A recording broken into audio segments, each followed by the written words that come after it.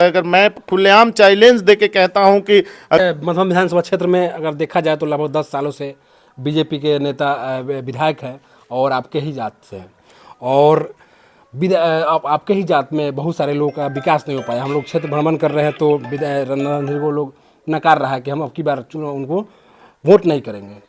आखिर लोग के विद्यालय में, आपके गांव के विद्यालय में, आपके टोले मोहल्ले के विद्यालय पे एक बच्चे पे 850 रुपया से प्लस का खर्च है और पढ़ाई के नाम पे जीरो है। शिक्षा की बात है, जब भी लोग, बहुत सारे लोग हैं विरोधी, ये भी कह रहे हैं कि भाई जादू की छड़ी घुमा देंगे कि शिक्षा को ठीक कर देंगे। बिल्कुल जादू की छड़ी घुमाने की बात है, व्यवस्था को परिवर्तन करना है। चलिए नमस्कार, अभी हम पूर्वी चंपारण के मधुबन विधानसभा क्षेत्र में हैं और आपको बता दें कि चुनाव बहुत नज़दीक है और चुनाव को लेकर सारे पार्टी के जो नेता हैं फील्ड में उतर चुके हैं, अपनी अपनी क्या कहते हैं बढ़ा रहे हैं, नज़दीकियाँ बढ़ा रहे हैं पब्लिक के बीच।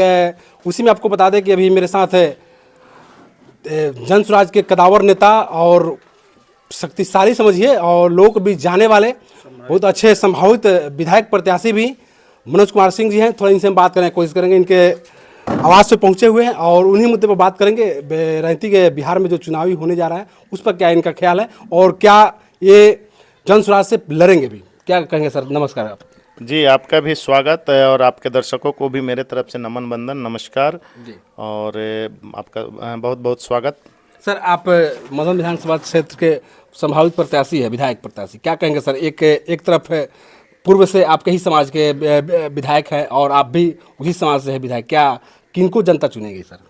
देखिए, अब इस बार जनता मूड बना चुकी है। मधुबन चाहे हर जगह जो है एक बदलाव का बिहार है, हर जगह जनता चाह रही है कि बदलाव होके कुछ ना कुछ जो है। अभी तक जितने भी पूर्व में जो आपके दल रहे हैं, कभी किसी ने जातीय समीकरण का नाम लेके किया तो किसी ने धर्म के आधार पे वोट को लेने का काम किया है। विकास के नाम पे सभी लोग कहते हैं कि मैंने विकास तो किया, खूब विकास किया, लेकिन आप विकास देखेंगे तो हर जगह रोड पे विकास बह रही है।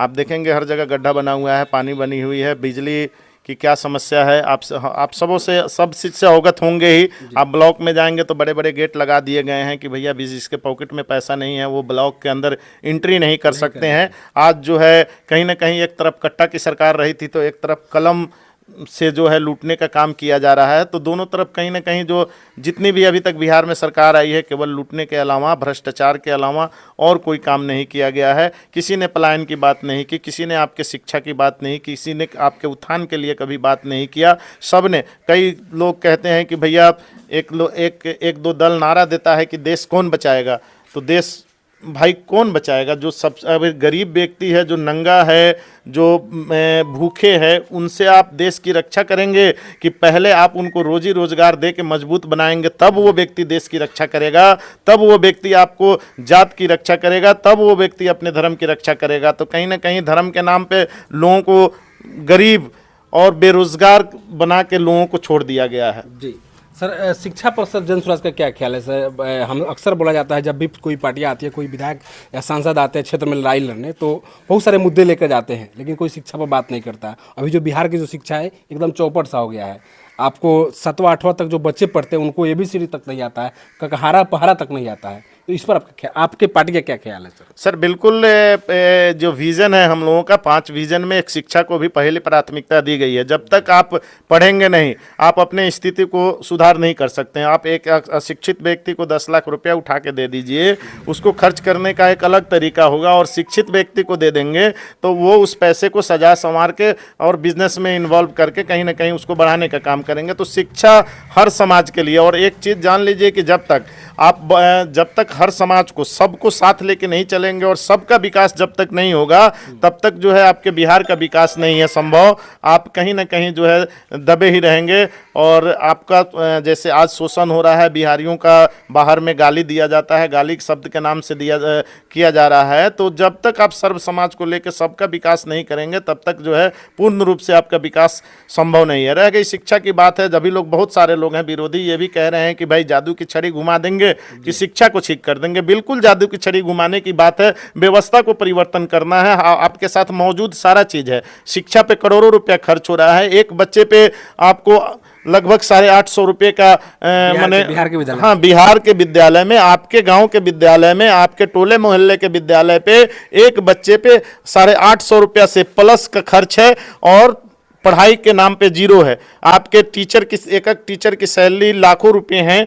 और आप देखिए प्राइवेट, मैं ये नहीं कह रहा हूं कि उन टीचरों में कहीं नॉलेज की कमी है। बीएड और बीपीएससी से किए हुए जो टीचर हैं, अच्छे नॉलेज वाले सरकारी टीचर मौजूद हैं, लेकिन एक सरकार की ऐसी व्यवस्था है कि वो आपके बच्चों को पढ़ाने देना नहीं चाहती है। प्राइवेट स्कूल में जाएंगे तो 15,000 के टीचर हैं, वो अच्छा एजुकेशन प्रोवाइड कर देते हैं। 200-300 के महीना बच्चा फीस दे के वो एक अच्छा एजुकेशन प्राप्त कर ले रहा है, और आप 850 रुपया खर्च करके एक अच्छी शिक्षा नहीं दे रहे हैं। तो कहीं ना कहीं व्यवस्था की कमी है। इस व्यवस्था को दुरुस्त करना है, यही जादू की छड़ी है। आप व्यवस्था ठीक कर लीजिए, आपका एजुकेशन प्रणाली ठीक हो जाएगा, सुधर जाएगा, ठीक हो जाएगा। आपके पास संसाधन की कमी नहीं है, मौजूद है। आप बहाना किस बात का करते हैं?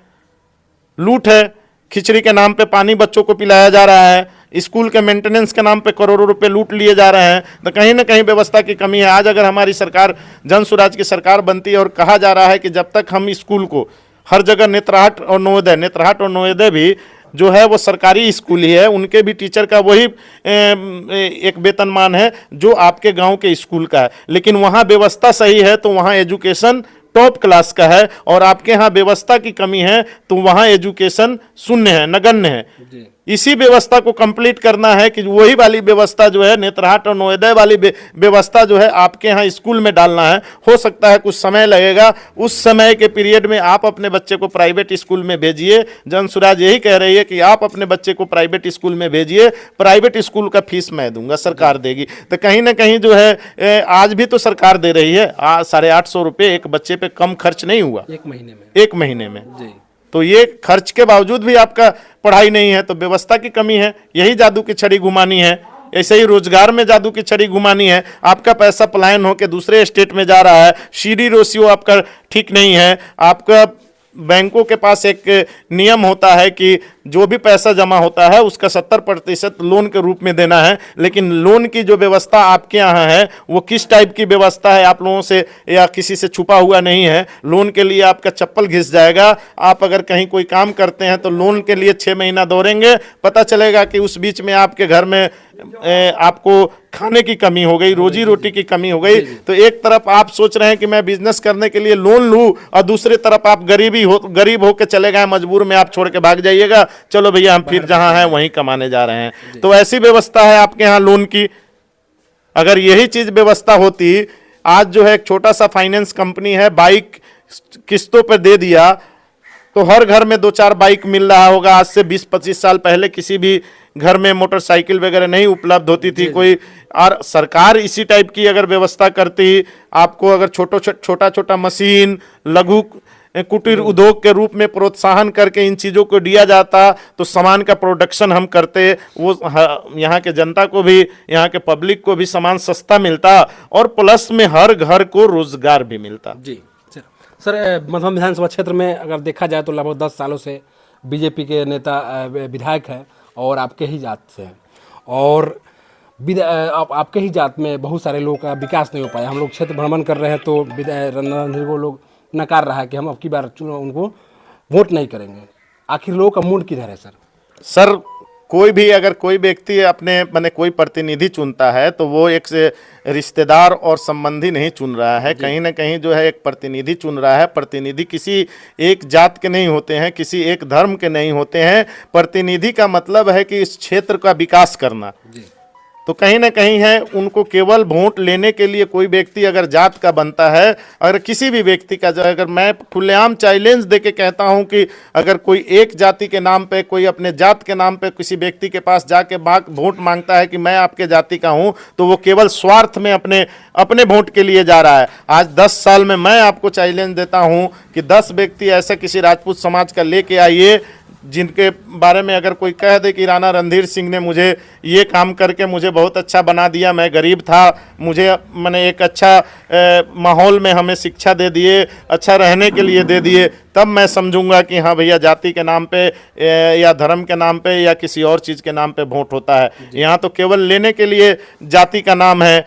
कई लोग जो हैं जाति के नाम पे बर्बाद भी होते हैं। मिलता क्या है उनको? कुछ भी नहीं मिलता है। समाज में एक जो जाति और पाति करके वोट लेते हैं वो समाज में कहीं ना कहीं बहिष्कार होते हैं, उनको 10 प्रकार की लड़ाइयाँ उत्पन्न होती है, वो सामाजिक स्तर पर एक दूसरे से झगड़ते हैं। नेता अपने जगह वोट लेके चले जाते हैं, लेकिन यहाँ जो है जो भी जाति के और व्यक्तिगत अपने अति के तौर पे लड़ता है वो समाज में दुश्मनी उत्पन्न करता है, बाकी कुछ नहीं है। इतिहास उठा के आप देखेंगे जिन्होंने जात के नाम पे वोट देने का काम किया है और उन नेताओं के लिए लड़ने का काम किया है, उनको दुश्मनी के अलावा कुछ भी नहीं उसमें मिला। उसका विकास हुआ ही नहीं है। बिल्कुल विकास नहीं हुआ है। आप इतिहास उठा के देख लीजिए, समाज में वो बहिष्कृत होते हैं और वो कहीं के नहीं रह जाते हैं। नहीं रहता।